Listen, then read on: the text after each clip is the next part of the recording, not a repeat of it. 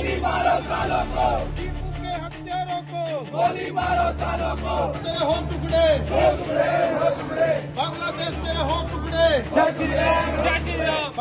हमारा आज का जो प्रदर्शन है वो बांग्लादेश के खिलाफ है, जिसमें बांग्लादेश में रहने वाले हिंदुओं पे अत्याचार किया जा रहा है। उसमें बांग्लादेश की सरकार मिली हुई है। बांग्लादेश में हिंदू युवक दीपू दास की कथित रूप से जिंदा जलाकर हत्या किए जाने और उससे जुड़ा वीडियो सामने आने के बाद देश भर में आक्रोश का माहौल है। इस घटना की कड़ी निंदा की जा रही है और कई हिंदू संगठनों ने विरोध प्रदर्शन शुरू कर दिए हैं। इसी क्रम में आज दिल्ली के साउथ कैंपस क्षेत्र में हिंदू संगठनों से जुड़े स्थानीय लोगों ने बांग्लादेश के खिलाफ जोरदार प्रदर्शन किया। प्रदर्शनकारियों ने नारेबाजी करते हुए दीपू दास के हत्यारों पर कड़ी कार्रवाई की मांग की। हमारा आज का जो प्रदर्शन है वो बांग्लादेश के खिलाफ है, जिसमें बांग्लादेश में रहने वाले हिंदुओं पे अत्याचार किया जा रहा है। उसमें बांग्लादेश की सरकार मिली हुई है। किस प्रकार दीपू दास को पुलिस ने पकड़ा और उसके बाद पुलिस ने उन दरिंदों के सामने उनको दे दिया। सरकार का क्या काम होता है? सरकार का काम होता है सुरक्षा प्रदान करने का, ना कि गुंडे बदमाश और जिहादियों के सामने अपने नागरिकों को देने का।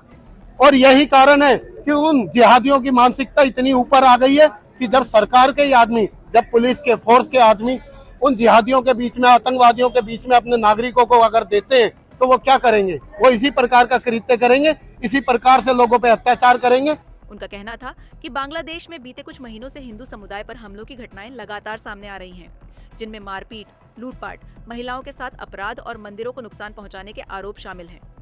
प्रदर्शनकारियों ने भारत सरकार से मांग की कि वह इस मामले को गंभीरता से लेते हुए अंतर्राष्ट्रीय स्तर पर ठोस कदम उठाए और वहां अल्पसंख्यक हिंदुओं की सुरक्षा सुनिश्चित कराने के लिए दबाव बनाए। प्रदर्शन के दौरान बांग्लादेश का झंडा जलाकर विरोध दर्ज कराया गया। मौके पर भारी संख्या में पुलिस बल तैनात रहा और स्थिति पर नजर बनाए रखी गई। दीपू दास भाई को जलाकर मारा गया है, उसका बदला भारत सरकार को लेना चाहिए और इतिहास बनाना चाहिए कि दुनिया के अंदर अगर किसी भी हिंदू भाई की हत्या, निर्मम हत्या और उन पे अत्याचार किया गया तो हिंदुस्तान की गवर्नमेंट चुप बैठने वाली नहीं है, उसका बदला जरूर लिया जाएगा। किस तरह की कार्रवाई की आप मांग करते हैं? किस तरह से? मैं कार्रवाई की मांग करता हूं। जिन्होंने ये हत्या और ये षड्यंत्र किया, चाहे उसमें पुलिस हो, पुलिस का एसएसपी हो, उनकी सबकी जानकारी सार्वजनिक रूप पे जारी की जाए। और जो हत्या में शामिल थे, भीड़ कितनी भी हो, हजारों 2000, सबकी सार्वजनिक रूप पे जानकारी सोशल मीडिया के माध्यम से, मीडिया के माध्यम से दुनिया में जानी चाहिए। अगर उनका पासपोर्ट है तो पासपोर्ट की भी जानकारी जानी चाहिए। जब वो कहीं घूमे, हम जैसे भाइयों के भी हत्थे चढ़ेंगे।